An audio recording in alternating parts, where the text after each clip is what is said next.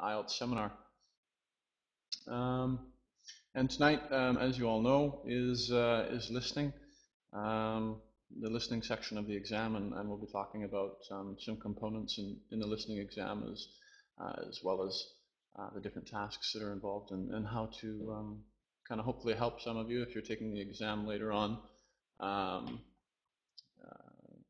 to hopefully help you with the exam. So we'll just start here. Just give me a minute here and I'll open this here. If you guys have any questions as I'm going through some of this stuff, feel free to ask them. The kind of last 15 minutes will be kind of devoted to me fielding your questions and answering any of them that you have. But if you come up with a question, feel free to send it through, and we'll keep track of them, and then hopefully we'll try to get to as many questions as possible afterwards. So if you do have a question, feel free to write in and ask the question, and we'll hopefully get around to answering it towards the end.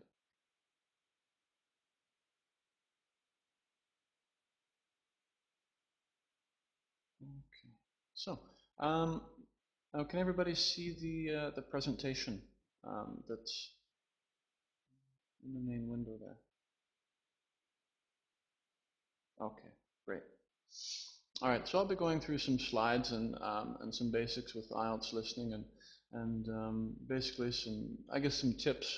One of you asked about tips and stuff and kind of how to approach a lot of the tasks, just so that you have a better understanding of what to expect and maybe how to deal with some of the questions that you'll encounter.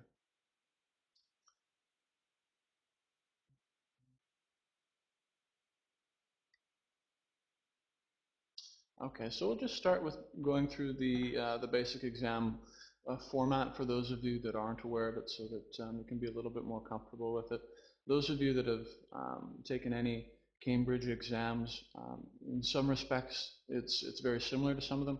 However, it's also a little bit different at the same time. So first of all, there are 4 sections to the listening exam. Within those 4 sections, you'll come across 40 questions, and we'll talk about the different types of questions that you can come across in those 4 sections. One of the main differences between other Cambridge exams like BEC, PET, CET, all of those exams, you normally hear the recordings for listening twice. However, in the IELTS exam, you only get to listen to them once. So it can be a little bit more difficult. Now, you could hear a range of different accents, whether they're Australian, whether they're from New Zealand, America, Canada, or maybe even a British accent, as well as different accents from different areas. As most of you probably know, there's a large difference in, let's say, for example, someone from Manchester, comparing them with somebody from maybe someone a little bit more southernly located in Britain. So you could come across many different accents, and that can be kind of difficult at first, but the more practice you have and the wider range of accents you hear, you become a little bit more comfortable with it. But just be prepared that those accents could appear.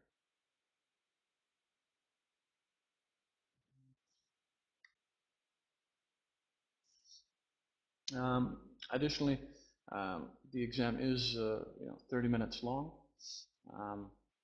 The entire tape script will be 30 minutes. Afterwards, you will have 10 minutes to transfer your answers from the listening booklet that they give you to an answer sheet.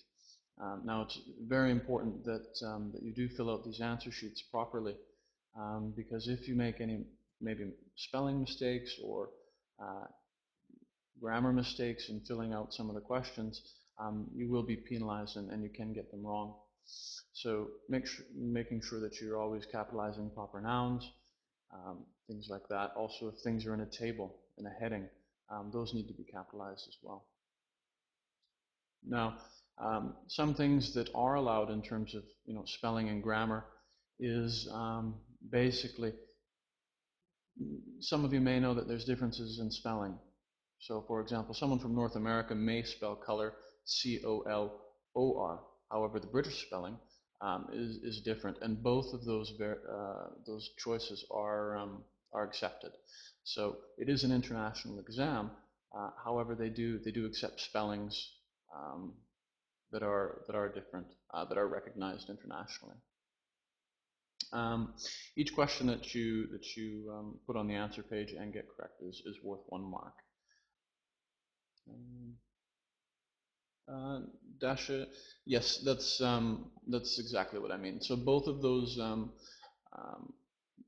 apologize with an S or a Z, both of those would be correct, because both of those spellings are considered correct in the dictionary. So that's exactly what I was talking about. So yeah. Now the main thing that you want to remember when filling out the answer sheet is that you only lose marks if you get it wrong. If you write an answer, if you don't write an answer, then there's no possible way of getting marks. So you need to always make sure that you fill out every space in the answer sheet. They do give you 10 minutes at the end, and make sure that you use that time to make sure that all of the spaces are filled out to the best of your ability. You won't be docked marks if you get it wrong. You just don't get it right. So you get the same mark as if you wouldn't fill it out in the first place. So make sure that you fill out the answer sheets entirely. Excuse me. Now there are approximately 11 different tasks, and we'll go through some of those now. And each of these tasks have I guess a different way of thinking in the approach when looking at them. And it's really important that that you have practice and you're able to understand the differences between them, because it can make the exam a lot easier if you do.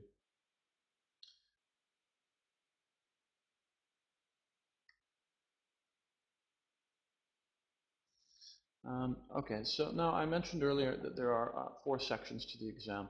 There are some similarities and things that remain constant throughout the exam. And in addition to the 40 questions and the timing are the sections and what they're about. So section 1, you will always find that there is a conversation between 2 speakers. That will remain the same no matter what. The type of context that you'll be dealing with is basically things that happen on an everyday basis. Now, for example, that could include maybe making a travel arrangement, or say, for example, booking a hotel room, something along those lines.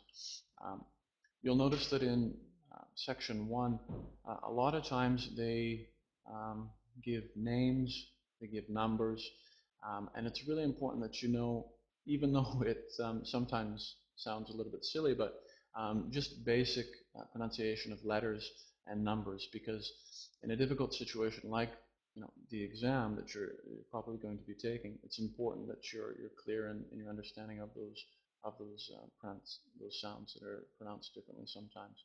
And what I mean by that is, for example, minimal pairs. Let's take, for example, 80 and 18. If you're not familiar with an accent, and maybe they're spoken quite quickly, 80 and 18 can sound very similar.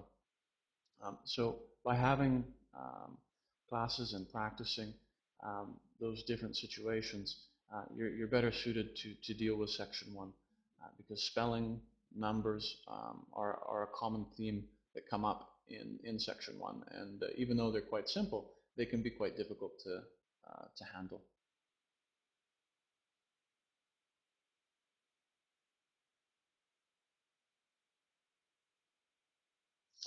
Now, section 2 will always be a monologue. You may hear someone introduce somebody. Let's say, for example, someone who's going to give a talk on maybe on a radio show. There may be somebody who introduces them and says, "We'll now hear from Bob, and he's going to tell you a little bit about something related to food." But for the most part, the information coming from the listening will just be from one person. Again, the context for that section is also everyday social things. But the main difference between the 2 sections is how many speakers, as well as an increased level of difficulty.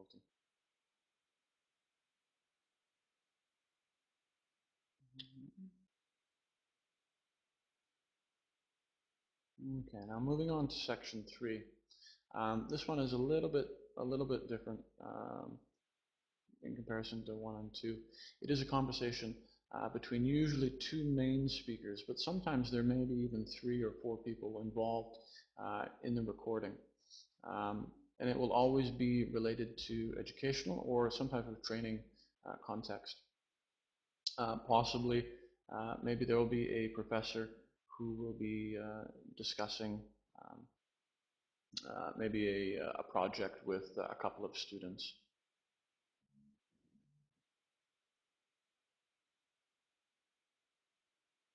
Now, moving on to section 4, it will always be a monologue. This monologue is typically in kind of a lecture format where someone will be giving a talk on an academic subject. It is quite difficult. Again, this is related to educational and training context. The main thing I would recommend focusing on when preparing for section 4 is discourse markers or linking words and different phrases that link things together. Because in section 4 there can be large gaps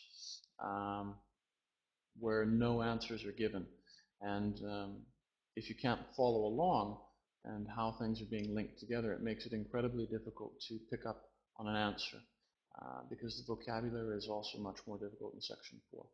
So I find that for section 4, one of the main things that you should work on is definitely linking words or discourse markers.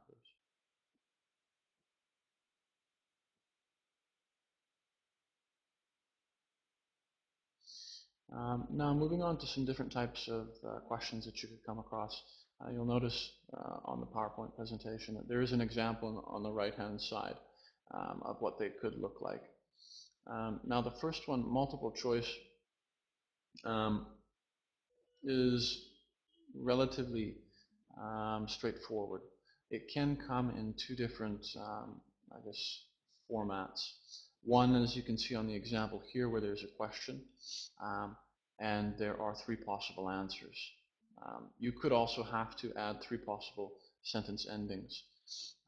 Another format that is commonly used is where there's 1 question and they ask you to choose maybe several answers from a longer list of maybe 8 or 9 choices.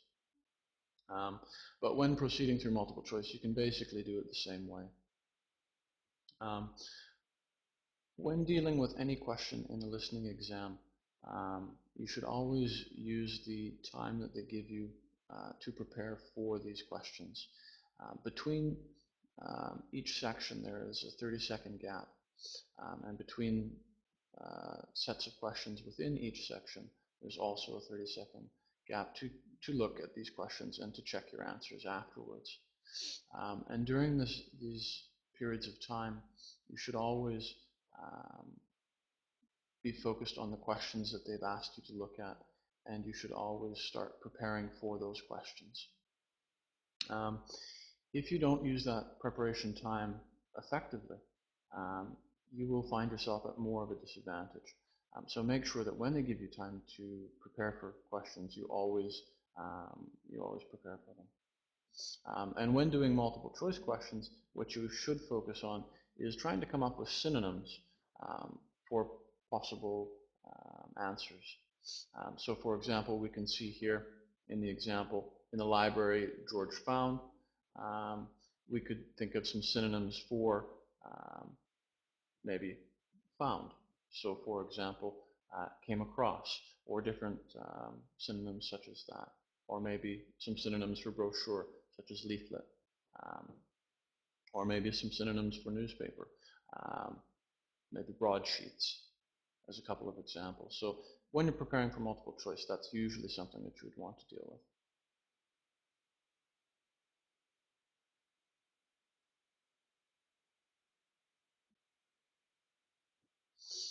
The next type of question that you guys could come across is a matching type question. And the example here on the right-hand side, you would want to go through this as well and think of other ways of expressing the same thing. Always make sure that when you're going through questions that you read through the examples. Sometimes in the instructions, they can explain that maybe you can use one of the choices more than once. Instructions are extremely important to read before doing any question, even if you're familiar with it. So make sure that you always go through the instructions and understand clearly what they're asking of you from the question, whether you've done it before or not. Now, this type of activity matching, basically why they're using it is they would like you to be able to follow along a conversation and also be able to recognize relationships and different connections between the facts within the test as well as what is in the listening. So there's always a reason why they're giving a particular activity, and if you can understand that, it can make it a little bit easier.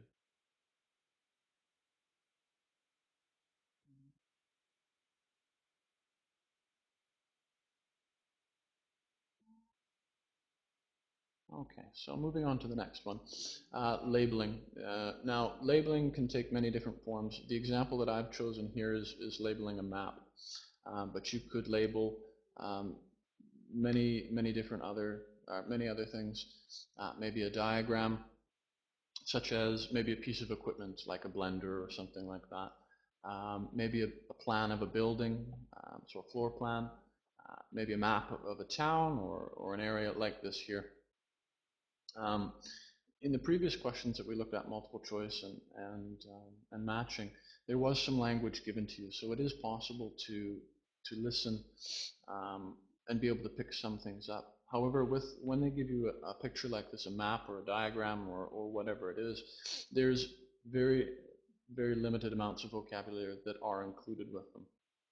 So for that reason, it is even more important that you take the time that they give you to look through it. Because if you don't, you're just listening blind, and that can cause a lot of problems. So in this example here, you'll notice that in the top right-hand corner, there is a little diagram there with north, west, east, and south. Anytime something like this is given to you in the listening, there is a reason for it. They don't typically put things in the listening or even in the reading for that example, for that matter, if it's not important or you don't need to use it.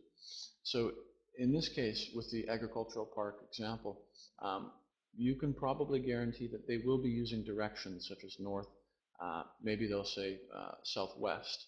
So when preparing in the exam during those 30 seconds to label this, what you should be doing is basically trying to reference where other things are located in this picture. So if we look here, number 12, we can see that it's located near the changing area, and where is it here? Located north of the march. So always make sure that you try to find out where it's located by giving directions. Maybe if it's a plan within a town, you'd want to know directions. Maybe it's 2 streets down or several blocks to the south. These things are important, and if you don't generate these ideas or this language before you listen, again, it makes it more difficult. So preparation for the listening is paramount, and it's extremely important. In addition, when you're preparing for these questions, such as this one, labeling a map, you want to orientate yourself and understand where these questions are so that you can follow along. Sometimes they don't put them necessarily clockwise or in an order that's easy to follow. In this one, it's relatively straightforward. It's 12 at the top and 13 on the left, and then 14 a little bit lower. But if there's multiple questions, sometimes they are a little bit confusing to follow. So make sure that you prepare beforehand. Otherwise, you will not be able to follow along when they actually begin to play the listening.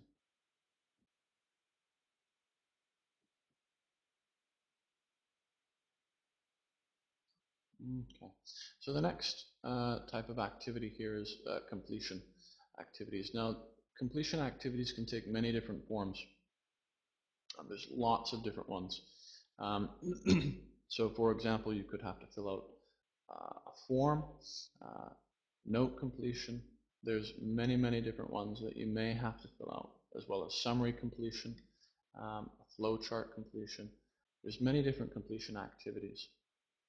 The example that is given here, I've chosen for you, again, when they give you time to prepare, you should always read through and look at the questions that they've given you. In this case, again, the information is relatively simple. They've given you the name, and looking at question number 1, we can see that there's a space before Sydney. Probably we can guess that this is maybe, I would imagine, a town, maybe possibly an area of the city. But unless you do that beforehand, it makes it very difficult. So whenever filling out completion activities, you always want to go through and look at the information that's given to help guide you through the activity. Once you've done that, you can look at the activity and you can think, okay, is this a name? Is it a number? Is it a part of speech? When I say part of speech, for example, a noun, an adverb, an adjective, maybe a number, something along those lines. But again, unless you've done that before listening, it's incredibly difficult. And the point of doing it beforehand is so that you listen and you compare your idea that's in your head with what is coming through in the listening exam. So make sure that you prepare for it.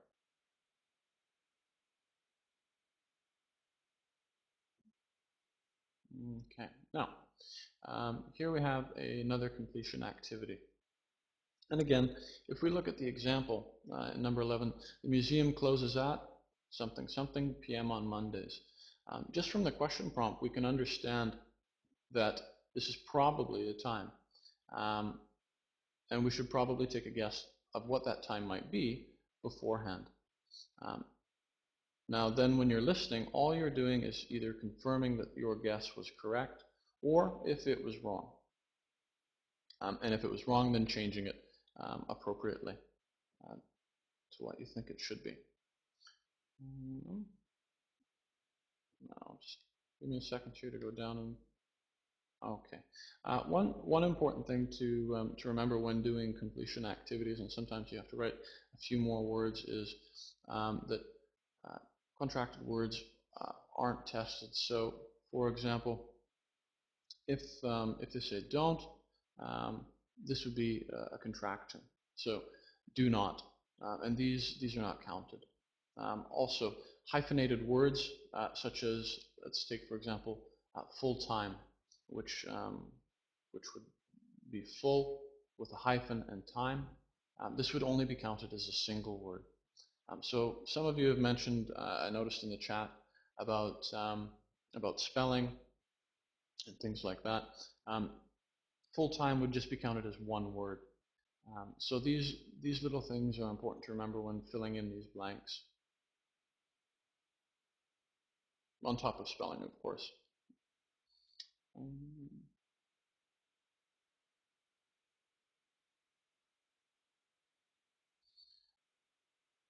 Okay. Now, the things that are constant in this exam at the beginning that I alluded to, for example, that there are 2 people talking. Scroll up here. Now in section 1, I mentioned to you that there are two people speaking. One strategy for dealing with this is when you're given time, let's say for example, the listening script or the audio recording would say, you can now look at questions 1 to 5. And you look at questions 1 to 5 and you see that there's no completion. One thing that you can apply to your preparation is because there's 2 people speaking, this amount of time that you have should be partially devoted to filling in the spaces and thinking of which parts of speech, if it's note completion. But also because there's 2 people talking, you should be taking the time and thinking about whether or not you can create some questions. Because 2 people are talking and you want to basically listen to some type of answer that someone is giving to a question that probably the other person is asking, you should spend your preparation time trying to think of types of questions that could be asked to elicit this information from the person who's going to give the answer. So let's take, for example, someone who's making a booking, and that they ask in the question here that what someone's name is. Even though it's quite simple, we would want to try and think of what are some different ways that you can ask someone's name. By doing this, what you're doing is hopefully generating again enough language that when they actually play the audio, you're either confirming what they've said or changing your mind and hopefully writing down the correct answer and maybe not so not the one that they that you had originally thought was correct.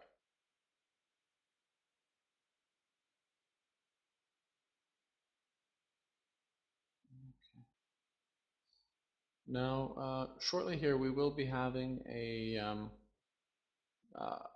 another teacher at Windsor who will be joining us, and he'll be able to start answering some of your questions as well. Now, one person asked a little while ago about basically some tips and what you should try to remember. One thing that I found useful for most of my students is when filling out the answer sheet, you can write, where is it here? Chat. What I would suggest doing is to, when filling out the answer sheet, to use block letters. If you have trouble with remembering when to capitalize things, instead of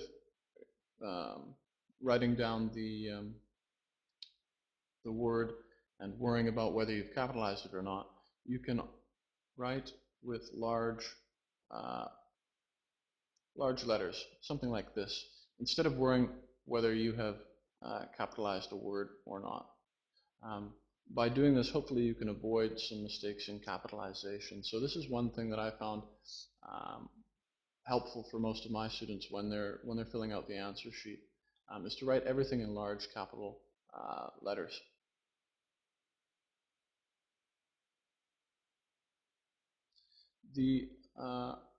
Additionally, another helpful thing that most students find useful in the exam is when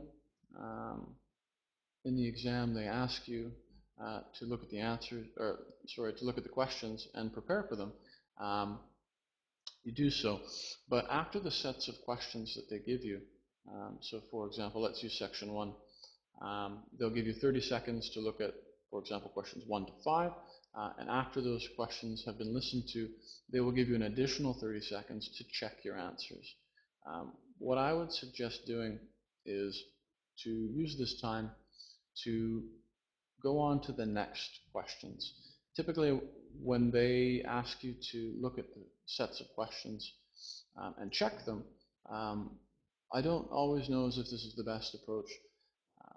Basically, because if you check your answers, you don't get to listen to the audio again. So I don't find it very very effective if you're checking and you can't listen to it again. So instead of using that time, I would move on to the next set of questions and use that additional 30 seconds to prepare, and you'll have a lot more time to prepare for the questions that you'll hear. I find that this tip is probably most effective when dealing with section 4. Section 4 of the listening, for the most part, is quite difficult. In part, this is because unlike sections 1, 2, and 3, there is no break in the middle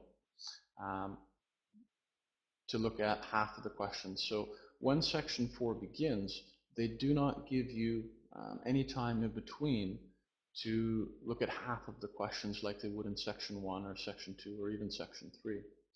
So when you finish section 3, they'll give you 30 seconds to check your answers. If you combine this with the time that they give you to prepare for section 4, which is 1 minute, you'll have a total of 1 minute and 30 seconds to look at 10 questions. For the most part, I would say it's difficult for anyone, including native speakers, to read through 10 questions. 10 questions alone, just reading through them without actually thinking about, let's take for example, it's maybe summary completion or maybe sentence completion. Just reading those questions alone in a minute and 30 seconds is quite difficult. So make sure that you use the time they give you appropriately, because if you don't, you'll find yourself in a difficult situation.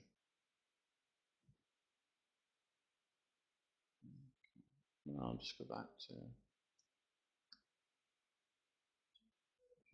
Now again, if you guys have any questions, you can always you can post them, and Marina, who's moderating the webinar, will be able to write them down so that myself and another teacher who's going to be coming here, so that we can respond to them. So feel free to write those questions down.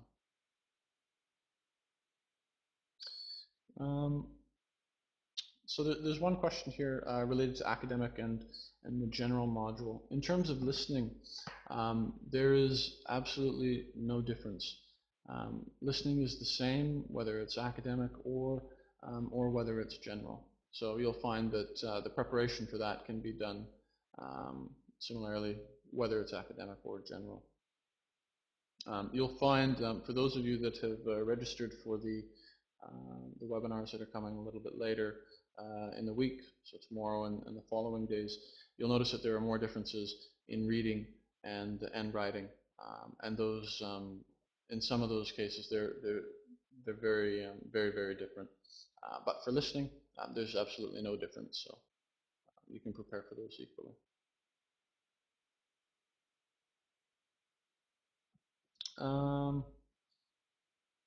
This question, but about the writing and the reading, there is a big difference between the writing and the reading between academic and general. So for those of you that are unsure of those differences, I would definitely suggest coming to the webinar about reading and about writing as well. There's a lot more differences that are very important to know. Someone asked about the time to read the questions. At the beginning of the listening test, they will play an example. And after that example, they'll give you 30 seconds to look at questions, for example, 1 to 5. Then they'll play the recording. And after that, then you'll have some more time. But typically, there's about 30 seconds to look at the questions and 30 seconds to check your answers. Except for section 4, there is no gap in between anything. So you only have the time at the beginning of section 4 to prepare for those answers, because once section 4 begins, you cannot check or prepare or anything. It's once it starts, that's it. So make sure that you prepare for the questions in section 4 before it starts.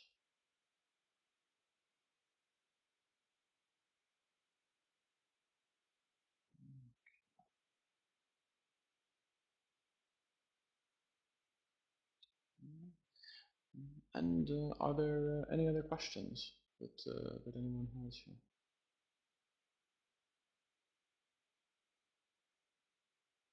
So if you notice, one of the moderators, IELTS consultant. This is also a teacher here at Windsor. And again, feel free to ask any questions.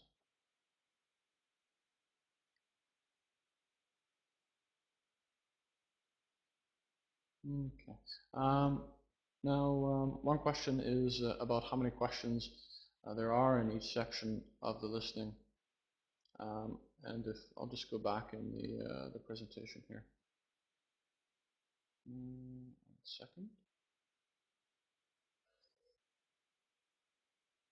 Okay, so the exam format, in total there are 40 questions in each section, has approximately 10 questions in each, for each of those.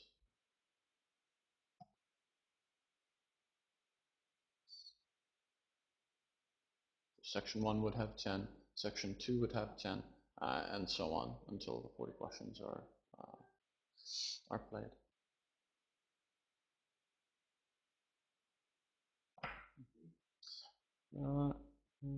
How much time do we have after all the parts? Once you have answered all of the questions and the 30 minutes has passed, you will have 10 minutes to take those questions and transfer them onto the answer page, including the 30 seconds at the end of section 4. They give you again 30 seconds to check your answers. So in total you have 10 minutes plus 30 seconds, I guess, to transfer your answers, or think about any answers that maybe you have missed.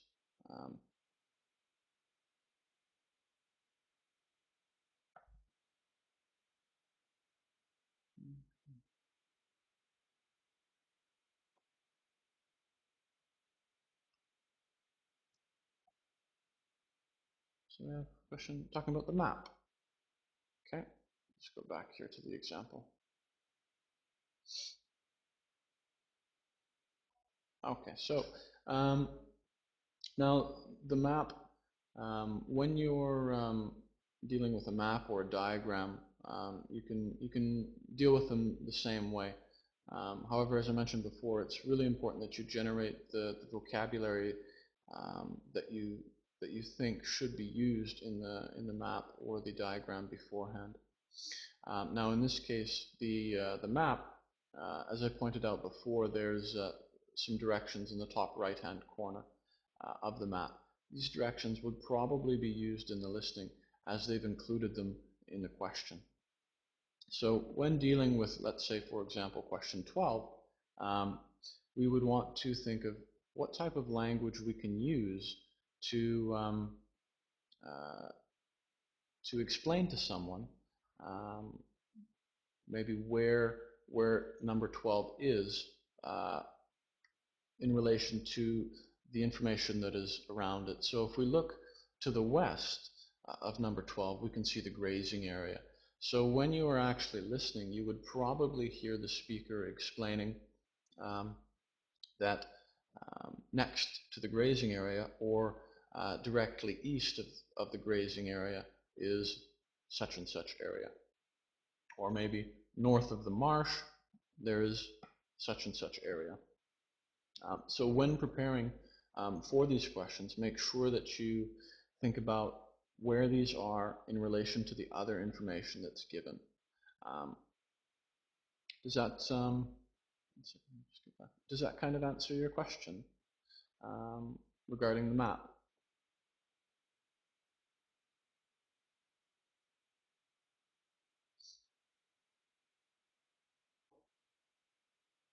Just check whose question that was. Alvina, yeah, Alvina. Does that kind of clarify a little bit about the map? Yeah. Okay, great. And are there any other questions about any of the sections that we went through?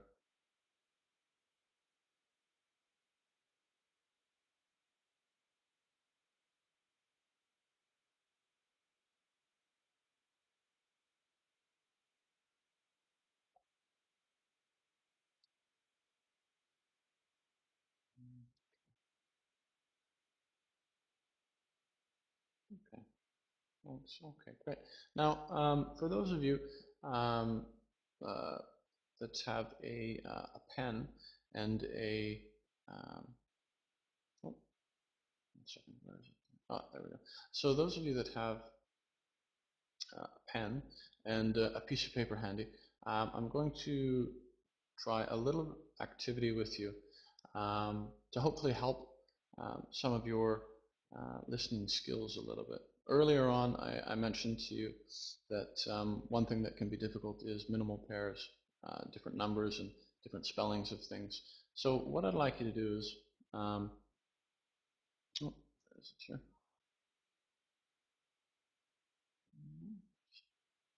What I'd like you to do is I'm going to give you a few different numbers, and I'd like you to try and write them down if you can.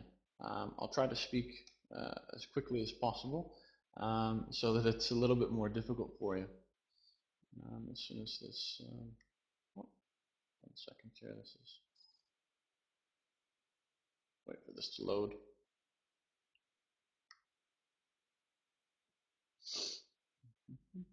Okay, so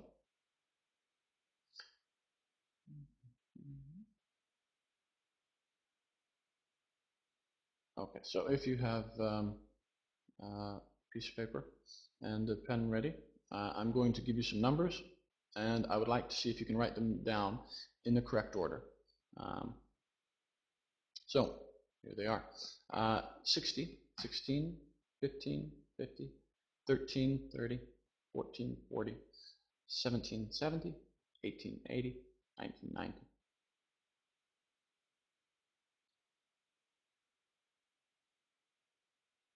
Okay, now hopefully you were able to hear the difference, and I'll just type them into the box here. And you can kind of just compare that with the list that you've written down. But typically what I've found is with lots of my students and going through pretty much all of the exam papers that Cambridge has published, they love to use different numbers and number combinations and letter combinations. So again, even though this type of task is relatively easy, the more you practice it, then the better you get. Now, I'm going to try once more. I'm going to give you a different set of numbers, and I'd like to see if you can write these down. I'll try to speak a little bit quicker to make it a little bit more difficult for some of you that found it quite easy. So here is another set of numbers: 40, 14, 30, 13, 70, 17, 19, 90, 15, 50, 60, 16, 18, and 80.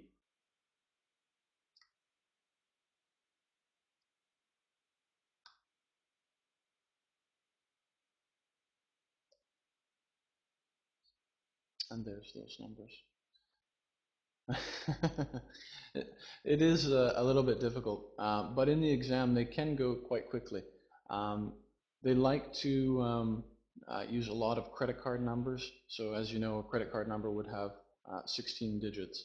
And if you're a little bit too fast, if you're not ready for it, it can be quite difficult. They don't really want you to fail, but they like to test different things. They want to make sure that you can hear the difference between them. But now that you're aware of it, it can make it a little bit easier for you, when you come across it. The same thing with now one of the examples that I gave here. Let's bring that up again. Let's find it here.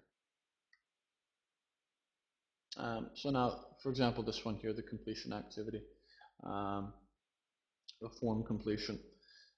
We can see that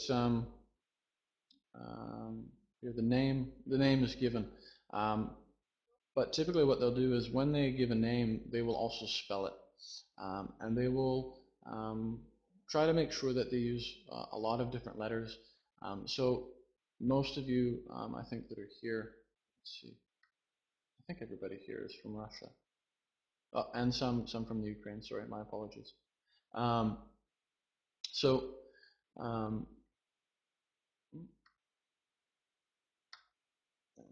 some of the letters, for example, C and an S, are commonly mistaken, or maybe an I and a Y. So always be careful when names include these, because they're typical mistakes. And again, it's quite easy. Everybody knows what an I is and knows what a Y is.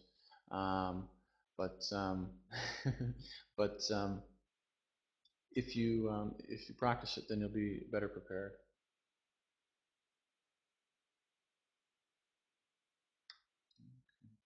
And are there any more questions that any of you had? Just feel free to ask either myself or the IELTS consultant.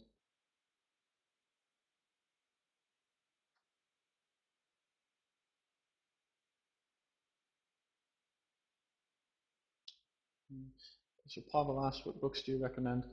Maybe if the IELTS consultant would like to answer that one. Albert, you asked about different different accents. Basically, what I would recommend doing is looking through Cambridge past papers. So you will find lots of different accents, ranging from New Zealanders to British accents, and even different different pronunciations within Britain as well.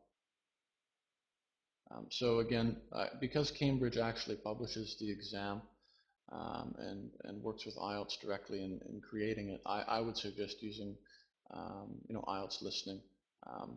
I have used other materials as well, and sometimes I find that maybe they're maybe a little bit contrived at times, and but I've found lots of the actual exam papers that aren't used anymore are produced quite well.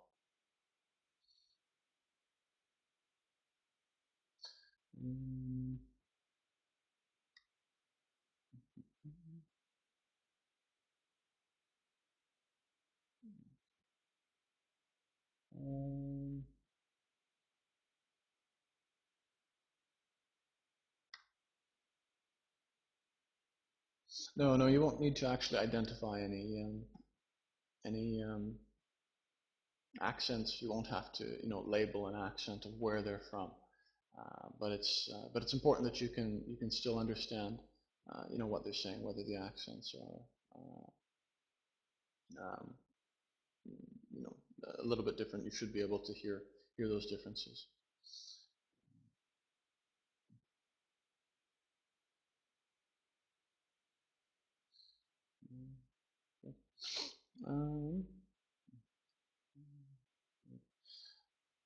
I probably asked about taking the exam. Most of these tests, because I teach these courses, I routinely go through all these past papers and do them myself, and they are difficult. So I try to do as many past papers as possible, so that so that I have as much experience as anybody doing the exam. Well, it could be expressed as O as well. They could say double O. And that would be acceptable as a number as well, because that's spoken English, as well as saying 0.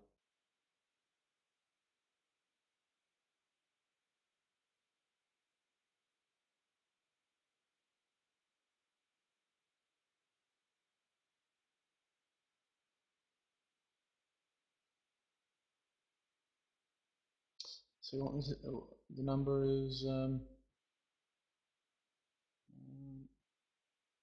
8909 89009.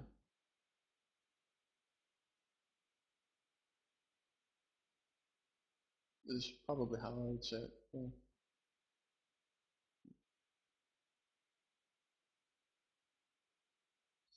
Typically, when we're dealing with numbers, a lot of native speakers like to group things together.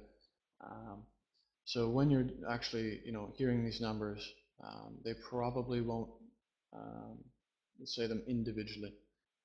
So be prepared for them to group things together.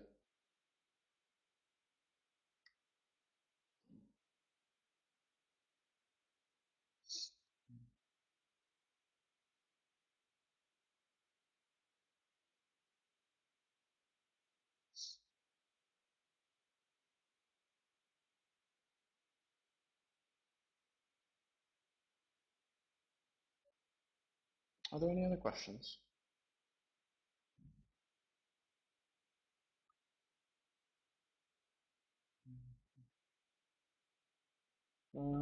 Dimitri asked about finding finding different things. You can find a lot of resources on the internet. I would definitely think that the best, at least from my experience, IELTS.org has a lot of resources for students. Of course, you can find other downloadable resources all throughout the internet, but I find IELTS.org has a lot of good tips and ways of preparing as well.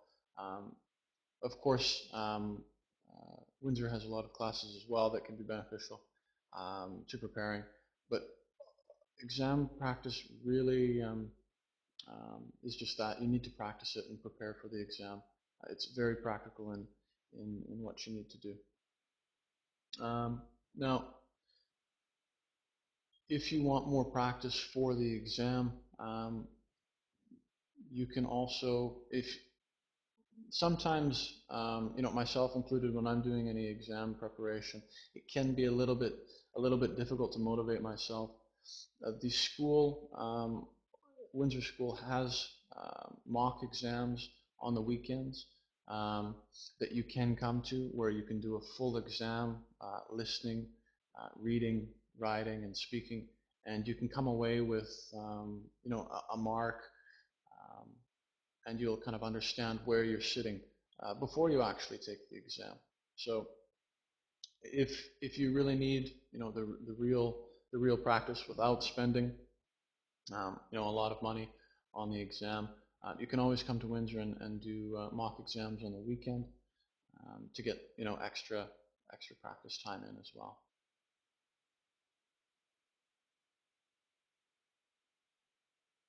Okay. So are there any other questions relating to listening?